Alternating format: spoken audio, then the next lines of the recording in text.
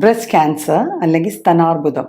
ഇപ്പം ഈയിടെയായിട്ട് നമ്മൾ കുറേ അധികം കേസുകൾ കേൾക്കുന്നതിനേക്കാളും കൂടുതൽ ഈ ഒരു ടോപ്പിക്ക് നമ്മുടെ കൺസേൺ ആവാൻ കാരണം എന്ന് വെച്ചാൽ പലർക്കും പലതരം പേടികൾ അല്ലെങ്കിൽ ആശങ്കകൾ ഈ ഒരു അസുഖത്തെക്കുറിച്ചുണ്ട്.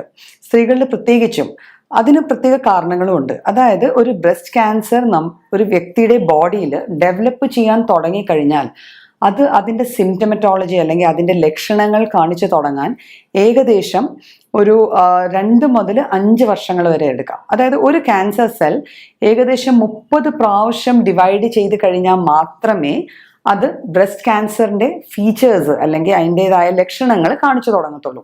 അപ്പോൾ ഇത് തന്നെയാണ് കാരണം പലർക്കും ചെറിയ ചെറിയ സംഭവങ്ങൾ ഉണ്ടായാൽ തന്നെ എനിക്ക് ബ്രസ്റ്റ് ക്യാൻസർ ആണോ, നമ്മുടെ ചുറ്റുവട്ടവും കേൾക്കുന്നുണ്ടല്ലോ, ഒരു കുഴപ്പവും ഇല്ലാതെ ഇരുന്ന ഇന്ന വീട്ടിലെ അല്ലെങ്കിൽ ഇന്നടുത്ത ഒരു വ്യക്തിക്ക് ബ്രസ്റ്റ് ക്യാൻസർ ആണെന്ന് ഡയഗ്നോസ് ചെയ്തല്ലോ. പിന്നെ ക്യാൻസർ എന്ന വാക്കിന് അതിൻ്റെതായ ഇമ്പോർട്ടൻസ് ഉണ്ട്, അതിൻ്റെതായ പേടികളും ഉണ്ട്.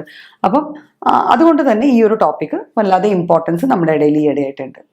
നമുക്കറിയാം എല്ലാ ക്യാൻസേഴ്സും അത്യാവശ്യം നമുക്ക് ഒരു ഡെഡ് എൻഡ് എന്നാണ് നമ്മളെല്ലാവരും വിശ്വസിക്കുന്നത്. പക്ഷെ ബ്രസ്റ്റ് ക്യാൻസറിൻ്റെ കേസിൽ ഈ പറഞ്ഞ പോലെ ബ്രസ്റ്റ് ക്യാൻസറിൻ്റെ ഡിവിഷൻ നടന്ന് ആ ഡിസീസ് എസ്റ്റാബ്ലിഷ് ചെയ്യാൻ എത്ര കാലം എടുക്കുന്നുവോ അത്രയും തന്നെ കാലം അതിന് സർവൈവൽ റേറ്റ് ഉണ്ട്. അതായത് ഒരു അസുഖം നേരത്തെ കണ്ടെത്തിയാൽ നമ്മളത് നേരാവണ്ണം ചികിത്സിച്ചു കഴിഞ്ഞാൽ നമുക്ക് പലപ്പോഴും ഒരു വ്യക്തിയുടെ നോർമൽ ജീവിതം തുടർന്നു കൊണ്ടുപോകാൻ പറ്റും. അപ്പോൾ അത് തന്നെയാണ് അതിൻ്റെ ഇമ്പോർട്ടൻസും. അതുകൊണ്ട് നമ്മൾ എത്രയും പെട്ടെന്ന് അത് ഡയഗ്നോസ് ചെയ്താൽ നമുക്കത് നന്നായിട്ട് മാനേജ് ചെയ്ത് പോകാൻ പറ്റും. അപ്പം നമുക്ക് നോക്കാം എന്തുകൊണ്ടൊക്കെയാണ് ബ്രസ്റ്റ് ക്യാൻസർ വരുന്നത്, അല്ലെ? പലരും ചിന്തിക്കാറുണ്ട് എന്താ ഇതിൻ്റെ കാരണങ്ങൾ എന്തൊക്കെയാണ്. അപ്പോൾ പ്രത്യേകിച്ച് ഇന്ന കാരണം കൊണ്ട് ബ്രസ്റ്റ് ക്യാൻസർ വരും എന്ന് നമുക്ക് പറയാൻ പറ്റില്ല. ലൈക്ക് ഇപ്പം നമ്മൾ ലങ് ക്യാൻസർ ആണെങ്കിൽ നമുക്ക് പറയാം ഒരാൾ സ്മോക്ക് ചെയ്യുന്നുണ്ടെങ്കിൽ ലങ് ക്യാൻസർ വരാം, അല്ലെങ്കിൽ ഒരാൾ മദ്യപിക്കുന്നുണ്ടെങ്കിൽ ലിവറിന് ക്യാൻസർ വരാം എന്നൊക്കെ പറയാം. പക്ഷെ ബ്രസ്റ്റ് ക്യാൻസറിന്റെ കേസിൽ നമുക്കങ്ങനെ സ്പെസിഫിക് ആയിട്ട് ഇന്ന കാരണം ഉണ്ടെങ്കിൽ ബ്രസ്റ്റ് ക്യാൻസർ വരും എന്ന് പറയാൻ പറ്റില്ല. പിന്നെ എന്താ അവിടെ നോക്കണ്ടേ? അതായത് കുറച്ച് ഫാക്ടേഴ്സ് ഉണ്ട്, കുറച്ച് കാരണങ്ങളുണ്ട്. ഈ കാരണങ്ങൾ ചില വ്യക്തികളിൽ വല്ലാണ്ട് പ്രോമിനൻ്റ് ആയിട്ട് വന്നു കഴിഞ്ഞാൽ അവർക്ക് ബ്രസ്റ്റ് ക്യാൻസർ വരാനുള്ള സാധ്യത കൂടുകയാണ്. അപ്പോൾ ഏത് വ്യക്തിയും ഒരു കുഞ്ഞ് ജനിക്കുമ്പോൾ മുതൽ ആ കുഞ്ഞ് കൊണ്ടു നടക്കുന്നത് അതിൻ്റെ പേരൻസിൻ്റെ ഫീച്ചേഴ്സ് ആണ്, അല്ലേ? അപ്പം ഒരു ഫാമിലി ഹിസ്റ്ററി ഓഫ് ക്യാൻസർ, പ്രത്യേകിച്ച് ബ്ലഡ് ക്യാൻസർ ഉണ്ടെങ്കിൽ നമുക്ക് ബ്ലഡ് ക്യാൻസർ വരാനുള്ള സാധ്യത പോസിബിലിറ്റി കുറച്ചുകൂടെ കൂടുതലാണ്. അപ്പോൾ അവിടെ ഒരു ജനറ്റിക് ഫാക്ടർ വർക്കൗട്ട് ചെയ്യുന്നുണ്ട്. പിന്നെ ബ്രസ്റ്റ് ക്യാൻസർ വരാൻ ചാൻസസ് ഉള്ളത് ചില മരുന്നുകൾ എടുക്കുന്നത്, അല്ലെ, കോൺട്രസെപ്റ്റീവ്സ് ആയിട്ട് കഴിക്കുന്ന, അത് ഗർഭനിരോധനത്തിന് ഉപയോഗിക്കുന്ന മാർഗങ്ങളോ മരുന്നുകളോ നിരന്തരമായി ഉപയോഗിച്ചാൽ അതൊരു ബ്രസ്റ്റ് ക്യാൻസറിലേക്ക് ലീഡ് ചെയ്യാൻ ചാൻസസ് ഉണ്ട്. പിന്നെ പൊതുവെ ഗർഭധാരണം നടക്കാത്ത സ്ത്രീകളിൽ, പ്രഗ്നൻസി എന്നുള്ളൊരു കണ്ടീഷൻ വരാത്ത സ്ത്രീകളിൽ ബ്രസ്റ്റ് ക്യാൻസർ വരാനുള്ള സാധ്യതകൾ കൂടുതലുണ്ട്. പിന്നെ ചില ലൈഫ് സ്റ്റൈൽ ഡിസോർഡേഴ്സ് ഉള്ള ആൾക്കാർ, അതായത് ഒബീസ് ആയിട്ടുള്ള ഒരാൾ, അല്ലെ, ഒരു അമിതമായി വണ്ണമുള്ള ഒരു സ്ത്രീക്ക് ബ്രസ്റ്റ് ക്യാൻസർ വരാനുള്ള ചാൻസസ് കൂടുതലാണ്. അതുപോലെ തന്നെ ബ്രസ്റ്റ് ക്യാൻസർ വന്നു കഴിഞ്ഞാലും അമിതവണ്ണം കൂടാനുള്ള സാധ്യതയും അതേപോലെ കൂടുതലാണ്. അപ്പോൾ ഇതൊക്കെയാണ് നമ്മൾ പ്രത്യേകിച്ച് കാരണങ്ങൾ എന്ന് പറയും. പിന്നെ ചില മരുന്നുകളുടെ ഇൻടേക്ക്, റേഡിയേഷൻസിനോടുള്ള എക്സ്പോഷർ, നിരന്തരമായ റേഡിയേഷൻസിനോടുള്ള എക്സ്പോഷേഴ്സ്, പിന്നെ ഈ പറഞ്ഞ പോലെ നേരത്തെ പറഞ്ഞ പോലെ ചില മരുന്നുകൾ കഴിക്കുന്നതുകൊണ്ടൊക്കെ നമുക്ക് ബ്രസ്റ്റ് ക്യാൻസർ ഒരു വ്യക്തിയിൽ കാണപ്പെടാനുള്ള സാധ്യതയുണ്ട്. പെർഫെക്റ്റ് ആയിട്ട് വരണം അല്ലെങ്കിൽ തീർച്ചയായിട്ടും വരണം എന്ന് നമുക്ക് പറയാൻ പറ്റില്ല. പക്ഷെ ഈ കാരണങ്ങളൊക്കെ നമുക്ക് കൗണ്ട് ചെയ്യാം. എങ്ങനെയാണ് ഒരു വ്യക്തിയിൽ ബ്രസ്റ്റ് ക്യാൻസർ ഉണ്ട് എന്ന് ആ വ്യക്തി സ്വയം അറിയുക, അല്ലെങ്കിൽ അതിനുള്ള സാധ്യതയുണ്ട്, അല്ലെങ്കിൽ അതിനുള്ള ആദ്യ ലക്ഷണങ്ങൾ എന്താണ്? എല്ലാ ക്യാൻസേഴ്സിനെ പോലെയും ബ്രസ്റ്റ് ക്യാൻസേഴ്സിനും സ്റ്റേജിങ് ഉണ്ട്. അപ്പോൾ ഈ സ്റ്റേജ് 1 തന്നെ ബ്രസ്റ്റ് ക്യാൻസർ കണ്ടുപിടിച്ചു കഴിഞ്ഞാൽ സാധാരണഗതിയിൽ ഒരു വ്യക്തിയുടെ ആയുസ് എത്രയുണ്ടോ അത്രയും ആയുസ് തന്നെ ആ വ്യക്തിക്ക് ഈ അസുഖവും വെച്ച് പ്രോപ്പറായി മാനേജ് ചെയ്ത് കഴിഞ്ഞാൽ ജീവിക്കാൻ പറ്റും. അപ്പോൾ അതുകൊണ്ട് ഫസ്റ്റ് സ്റ്റേജ് തന്നെ നമ്മളിത് ഡയഗ്നോസ് ചെയ്യണം, അത്ര തന്നെ ഇമ്പോർട്ടൻ്റ് ആണ്. ഇപ്പം നമുക്കൊക്കെ അറിയാം, മിക്ക സ്ത്രീകളെയും നമ്മൾ ബ്രസ്റ്റ് സെൽഫ് എക്സാമിനേഷൻ എന്ന് പറഞ്ഞ് കുറേ വീഡിയോസൊക്കെ ഇറങ്ങാറുണ്ട്. അപ്പോൾ ഇത് യൂഷ്വലി എല്ലാവരും അതിനോട് ഒരുവിധം പരിചയമുള്ളവരായിരിക്കും. അപ്പോൾ ബ്രസ്റ്റിൽ അല്ലെങ്കിൽ സ്തനങ്ങളിൽ എവിടെയെങ്കിലും ഏതെങ്കിലും തരത്തിലുള്ള തടിപ്പുകളോ ഡിസ്ചാർജസോ എന്തെങ്കിലും തരത്തിലൊരു കുരു വന്നു, ആ കുരു പോയി, സാധാരണ വേനൽ കുരുകളൊക്കെ വരാറുണ്ടായിരിക്കാം, പക്ഷെ ഒരു കുരു വന്നു വീണ്ടും വരുന്നു അങ്ങനെ 2-3 പ്രാവശ്യം കണ്ടിന്യൂസ് ആയിട്ട് വരുവാണെങ്കിൽ അത് നമ്മൾ ശ്രദ്ധിക്കേണ്ട ഒരു ലക്ഷണം തന്നെയാണ്.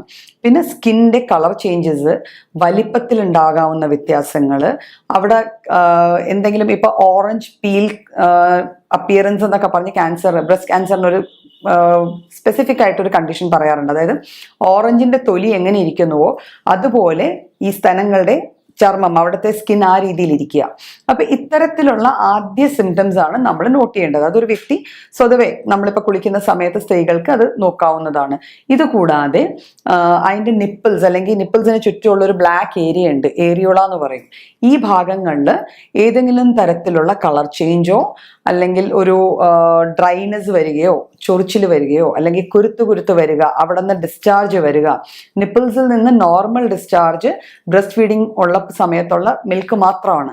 അതിന് വിരുദ്ധമായിട്ട് വേറെ ഏതെങ്കിലും സ്റ്റേജ് ഓഫ് ലൈഫിൽ നിപ്പിൾസിൽ നിന്ന് ഡിസ്ചാർജ്, അത് പാല് പോലെ ആവാം, വെള്ളം പോലെ ആവാം, ബ്ലഡി ഡിസ്ചാർജസ് ആവാം. അപ്പൊ ഇങ്ങനത്തെ ഡിസ്ചാർജസ് വരിക, ഇതും ഒരു മെയിൻ ലക്ഷണമാണ്, നമ്മൾ നോട്ട് ചെയ്യേണ്ട ആദ്യ ലക്ഷണങ്ങളിൽ ഒന്നാണ്.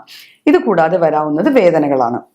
ഏതെങ്കിലും തരത്തൊരു വേദന വരുന്നു, ആ വേദനയ്ക്ക് പ്രത്യേകിച്ച് കാരണങ്ങളൊന്നുമില്ല. ഇപ്പൊ ചിലപ്പോൾ ചില ആൾക്കാർ എന്തെങ്കിലും നമ്മൾ ജോലിയൊക്കെ ചെയ്ത് കഴിയുമ്പം മസിൽ പെയിൻ പോലെയുള്ള പെയിൻസ് ഒക്കെ വരുമ്പം ആ പെയിൻസ് അതിലും കൂടുതൽ നീണ്ടു നിൽക്കുന്നുണ്ടെങ്കിൽ സ്വാഭാവികമായിട്ട് അത് നമ്മൾ ഈ രീതിയിൽ സംശയിക്കേണ്ടതാണ്. പിന്നെ ബ്രസ്റ്റിനോട് ഏറ്റവും അടുത്ത് കിടക്കുന്ന കഴലകൾ, അതായത് നമ്മുടെ കക്ഷത്തിനുള്ളിൽ, സ്ത്രീകളുടെ കക്ഷത്തിനുള്ളിലുള്ള എല്ലാ ഏരിയാസിലും, നമ്മുടെ ബോഡിയുടെ ഓരോ ഏരിയാസിൽ അതാത് ഏരിയാസിൽ കുറച്ച് കടലകൾ അല്ലെങ്കിൽ ലിംഫ് നോഡ്സ് എന്ന് പറയും. ഇവയാണ് ആ ഏരിയയിൽ ഡ്രെയിനേജ് എടുക്കുന്നത്. അപ്പൊ ആ ഡ്രെയിനേജിൽ, അപ്പൊ ബ്രസ്റ്റിന്റെ ഡ്രെയിനേജ് ഏരിയാസ് വരുന്നത് കക്ഷങ്ങളിലാണ്. അപ്പൊ കക്ഷത്തിൽ വേദനയുള്ള കുരുക്കൾ വരിക, അല്ലെങ്കിൽ ഒരു തടിപ്പ് കാണുക, ഇതൊക്കെ ബ്രസ്റ്റ് ക്യാൻസറിന്റെ ആദ്യ ലക്ഷണങ്ങളായിട്ടാണ് കാണപ്പെടുന്നത്. അപ്പൊ ഈ ലക്ഷണങ്ങൾ കണ്ടു കഴിഞ്ഞാൽ ഒരാൾ എന്താ ചെയ്യേണ്ടത്? ഇപ്പൊ നമ്മൾ ബ്രസ്റ്റ് സെൽഫ് എക്സാമിനേഷൻ ചെയ്തു, അപ്പൊ നമുക്കൊരു ഡൗട്ട് തോന്നുന്നുണ്ട്, ഒരു ചെറിയ ലംപ് അല്ലെങ്കിൽ ഒരു ചെറിയ തടിപ്പ് അവിടെ ഉണ്ട്. അപ്പൊ നമ്മൾ ആദ്യം ചെയ്യേണ്ടത് ഒരു ഡോക്ടറെ കണ്ട് കൺസൾട്ട് ചെയ്യേണ്ടത്. അപ്പൊ കണ്ടു കഴിയുമ്പോൾ ചിലപ്പോൾ ഡോക്ടേഴ്സ് കുറെ ഇൻവെസ്റ്റിഗേഷൻസ് ഒക്കെ പറയും. ഈ ഇൻവെസ്റ്റിഗേഷൻസ് കേട്ട ഉടനെ മിക്കവർക്കും സംഭവിക്കുന്നതെന്ന് വെച്ചാൽ അയ്യോ പേടിയാണ്, അല്ലെ, എന്താ ഇത് അങ്ങനെ വല്ലതും ആയിരിക്കുമോ?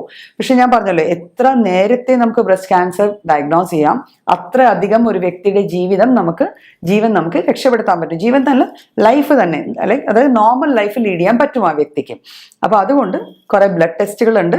പക്ഷെ ആദ്യ സ്റ്റേജുകളിൽ ബ്ലഡ് ടെസ്റ്റ് എല്ലാം എവിഡന്റ് ആവണമെന്നില്ല. എന്നാലും കുറെ ബ്ലഡ് ടെസ്റ്റുകൾ ഉണ്ട്. ആ ബ്ലഡ് ടെസ്റ്റുകൾ ഡോക്ടേഴ്സ് എഴുതി തരുന്ന മാത്രയിൽ ചെയ്യുക. അതുകൂടാതെ മാമോഗ്രാം എന്ന് പറഞ്ഞൊരു പ്രൊസീജിയർ ഉണ്ട്. ശരിക്കും പറഞ്ഞാൽ യൂറോപ്യൻ കൺട്രീസിലൊക്കെ ഒരു 35 ഇയേഴ്സ് കഴിഞ്ഞാൽ ഒരു റുട്ടീൻ എക്സാമിനേഷൻ ആണ് മാമോഗ്രാം. പക്ഷെ നമ്മുടെ നാടുകളിൽ അങ്ങനെയില്ല. ഇങ്ങനെ സംശയങ്ങൾ ഉണ്ടെങ്കിൽ മാത്രം. ഇപ്പൊ മാമോഗ്രാം ചെയ്യുമ്പോൾ അതൊരു USG പ്ലസ് എക്സ്റേ സ്റ്റഡീസ് ആണ്. അത് ചെയ്ത് കഴിഞ്ഞാൽ അതിൽ ഗ്രേഡിംഗ് ഉണ്ട്, 1, 2, 3, 4 എന്നൊക്കെ പറഞ്ഞിട്ട് ബൈറാറ്റ്സ് ഗ്രേഡിംഗ്. അപ്പൊ ആ ഗ്രേഡിംഗ് വെച്ചിട്ട് നമ്മൾ ഏത് സ്റ്റേജിലാണ് എന്നറിയാൻ പറ്റും. ഒന്നും ഇല്ല എങ്കിൽ അതും നമുക്ക് അതിൽ അറിയാൻ പറ്റും. ഓക്കെ, അപ്പൊ ഇൻവെസ്റ്റിഗേഷൻസ് എപ്പോഴും ചെയ്യുന്നത് നമ്മൾ അസുഖങ്ങളെ ഡിസ്കാർഡ് ചെയ്യാനാണ് എന്നുള്ളത് വേണം നമ്മുടെ മനസ്സിൽ ആദ്യം ഉണ്ടാവുക. അപ്പൊ ഇനി നമ്മൾ അത് കണ്ടുപിടിച്ചു എന്നിരിക്കട്ടെ, first stage of breast cancer ഉണ്ട് എന്നിരിക്കട്ടെ. അപ്പൊ അതിന് പലതരത്തില് കൺസർവേറ്റീവ് ട്രീറ്റ്മെന്റ് ഉണ്ട്, അല്ലെങ്കിൽ നമുക്ക് അതിന് റാഡിക്കലായിട്ട് അത് ലംപ് റിമൂവലോ അല്ലെങ്കിൽ ഗ്ലാൻഡ് റിമൂവലോ, അത് കഴിഞ്ഞ് ഫോളോഡ് ബൈ റേഡിയേഷൻ അല്ലെങ്കിൽ കീമോതെറാപ്പി, ഇത്തരത്തിലുള്ള ട്രീറ്റ്മെന്റ്സ് ഉണ്ട്. മെഡിക്കൽ മാനേജ്മെന്റ് സ്റ്റേജ് ആണ് ഫസ്റ്റ് സ്റ്റേജ്. അപ്പൊ ഫസ്റ്റ് സ്റ്റേജിൽ പലപ്പോഴും ഏത് ടൈപ്പ് ഓഫ് ക്യാൻസർ ആണെന്ന് അറിഞ്ഞു കഴിഞ്ഞാൽ നമുക്ക് മെഡിസിൻസ് കൊണ്ട് തന്നെ അത് ഹാൻഡിൽ ചെയ്ത് ഒരാളെ തിരിച്ച് ലൈഫിലേക്ക് കൊണ്ടുവരാവുന്നതാണ്. ഇൻ കേസ് ആ സ്റ്റേജ് കഴിഞ്ഞു പോയെങ്കിൽ പോലും ബ്രസ്റ്റ് ക്യാൻസറിന്റെ കേസിൽ ഓർക്കേണ്ട ഒരു കാര്യം, ഒരു ബ്രസ്റ്റ് റിമൂവ് ചെയ്താൽ പോലും ഒരു വ്യക്തിക്ക് നോർമൽ ലൈഫ് ലീഡ് ചെയ്യാൻ പറ്റും. പിന്നെ അവിടെ ഒരു വലിയ പ്രോബ്ലം വരുന്ന ഒരു സൈക്കോളജിക്കൽ പ്രോബ്ലം ആണ്, അല്ലെ. ഒരു സ്ത്രീയെ സംബന്ധിച്ചിടത്തോളം ബ്രസ്റ്റ് എന്ന് പറഞ്ഞ ഒരു അഭിമാന ചിഹ്നം പോലെയാണ്. അപ്പം അതെടുത്തു കഴിഞ്ഞാൽ എങ്ങനെയാവും, അത്തരത്തിലുള്ള ആശങ്കകളൊക്കെ ഉണ്ടാവാം. അപ്പൊ അതിന് വേണ്ടത് ഒരു നല്ല ഡോക്ടറെ കണ്ട് കൗൺസിലിംഗ് ചെയ്യുക. ബിക്കോസ് ലൈഫാണ് എപ്പോഴും വലുത്. ഒരാളുടെ ലൈഫിന് കൊടുക്കേണ്ട ഇമ്പോർട്ടൻസ് ആണ് നമ്മൾ പ്രൈമായിട്ട് ചെയ്യേണ്ടത്. അപ്പൊ അങ്ങനെ ഒരു കൗൺസിലിംഗ് സെഷൻ അല്ലെങ്കിൽ ട്രീറ്റ്മെന്റ് അല്ലെങ്കിൽ കൺസർവേറ്റീവ് തെറാപ്പി, ഈ തെറാപ്പീസ് യൂസ് ചെയ്ത് കഴിഞ്ഞാൽ നമുക്ക് ബ്രസ്റ്റ് ക്യാൻസർ വന്ന ഒരു വ്യക്തിയെ പൂർണ്ണമായിട്ടും തിരിച്ച് ജീവിതത്തിലേക്ക് കൊണ്ടുവരാൻ പറ്റുന്നതാണ്. അപ്പൊ എങ്ങനെയാണ് ബ്രസ്റ്റ് ക്യാൻസർ വരാതെ ഇരിക്കാൻ എന്തെങ്കിലും ചെയ്യാൻ പറ്റുമോ എന്നുള്ള ചോദ്യമായിരിക്കുമല്ലോ മിക്കപ്പോഴും എല്ലാവർക്കും വരിക. അപ്പൊ നമുക്ക് ചെയ്യാവുന്ന ചില കാര്യങ്ങളുണ്ട്. അതായത് ഒരു വ്യക്തിയുടെ ഫാമിലി ഹിസ്റ്ററിയിൽ ക്യാൻസറിന്റെ ഹിസ്റ്ററി ഉണ്ടെങ്കിൽ സ്വാഭാവികമായിട്ട് എല്ലാ സ്റ്റേജസിലും, ആദ്യ സ്റ്റേജിന് മുമ്പ് തന്നെ എല്ലാ കാര്യങ്ങളും നമ്മൾ കുറച്ചുകൂടെ കോഷ്യസ് ആയിട്ട്, കുറച്ചുകൂടെ ശ്രദ്ധയോടെ എക്സാമിൻ ചെയ്യണം. ഈ പറയുന്നതിന്റെ അർത്ഥം ഒരിക്കലും പേടിച്ച് ജീവിക്കണം അല്ലെങ്കിൽ സംശയിച്ച് ജീവിക്കണം എന്നല്ല. ഏതെങ്കിലും ഒരു ചെറിയ ലക്ഷണം പോലും നമ്മുടെ ശരീരം കാണിക്കുന്നുണ്ടെങ്കിൽ അതിനോട് നമ്മൾ പ്രോപ്പറായിട്ട് റെസ്പോണ്ട് ചെയ്യണം, അത് പ്രോപ്പറായിട്ട് നമ്മൾ അഡ്രസ്സ് ചെയ്യണം. ഇത് കൂടാതെ നമുക്ക് ഹെൽത്തി ഡയറ്റ് ഫോളോ ചെയ്യാം. ഞാൻ നേരത്തെ പറഞ്ഞല്ലോ, ഒബീസിറ്റി ഒരു കാരണമാണ് പലപ്പോഴും ബ്രസ്റ്റ് ക്യാൻസർ വന്നു ചേരാനായിട്ട്. അപ്പോൾ ഒരു ഹെൽത്തി ഡയറ്റ്, ജങ്ക്സ് കുറച്ച ഒരു ഡയറ്റ്, അതായത് ജങ്ക് ഫുഡാണ് പലപ്പോഴും ഇത്തരത്തിലുള്ള അസുഖങ്ങളിലേക്ക് നമ്മളെ നയിക്കാനുള്ള ഒരു വലിയ പ്രധാനമായ ഒരു കാരണമായി മാറുന്നത്. അപ്പോൾ ഹെൽത്തി ന്യൂട്രീഷ്യസ് ആയിട്ടുള്ള നാച്ചുറൽ ഫുഡ് കഴിക്കുക, ജങ്ക് കാലറീസ് മാക്സിമം കുറയ്ക്കുക, പ്ലസ് ആൽക്കഹോൾ കണ്ടന്റ് ഉള്ള ഫുഡ് ഐറ്റംസ്. ആൽക്കഹോൾ ഇപ്പം നമ്മുടെ നാട്ടിൽ അല്ലാന്ന് പറയുന്നില്ല, എന്നാലും നമുക്കത് സ്ത്രീകളിൽ അത്ര വലിയൊരു കോമൺ കണ്ടീഷൻ അല്ല. എല്ലാവരും ആൽക്കഹോൾ യൂസ് ചെയ്യണ അത്ര കോമൺ അല്ല, മദ്യം കഴിക്കുന്നത് അത്ര കോമൺ അല്ല. യെറ്റ് നമ്മുടെ നാട്ടിലും അങ്ങനെയൊക്കെ ഉണ്ട്. അപ്പം ഈ ആൽക്കഹോൾ കൺസംഷൻ ഏത് വിധത്തിലുള്ളതാണെങ്കിലും അത് മിനിമൈസ് ചെയ്യുക. പിന്നെ ഫുഡിൽ ഒരിക്കലും ഈ സ്മോക്ഡ് ആയിട്ടുള്ള ഫുഡ്, കരിഞ്ഞ ആ ടൈപ്പ് ഓഫ് കുറെ അധികം പ്രോസസ്സ് ചെയ്ത ഫുഡുകൾ നമ്മൾ വേണ്ടാന്ന് വെക്കുക. അപ്പം ഇത്തരത്തിൽ ഹെൽത്തി ഡയറ്റും മോഡറേറ്റ് എക്സസൈസസ് എപ്പോഴും അഭികാമ്യമാണ്. എപ്പോഴും നമ്മളത് ചെയ്യുന്നത് ആഡഡ് പോയിന്റ്സ് തന്നെയാണ്. അപ്പം മോഡറേറ്റ് എക്സസൈസസ്, ഹെൽത്തി ഡയറ്റ്, പിന്നെ നമ്മുടെ ബോഡി സ്ട്രെച്ചറിനനുസരിച്ചുള്ള വെയിറ്റ് മെയിൻറ്റെയിൻ ചെയ്ത് പോയി കഴിഞ്ഞാൽ പലപ്പോഴും നമുക്ക് ഇത്തരത്തിലെ കണ്ടീഷൻസ്, അതായത് നമ്മൾ ഇതിൻ്റെ ഈ സ്റ്റേജിങ്ങിലേക്ക് പോകുന്നതിന് മുമ്പ് നമുക്ക് അവോയ്ഡ് ചെയ്യാൻ പറ്റുന്നത്.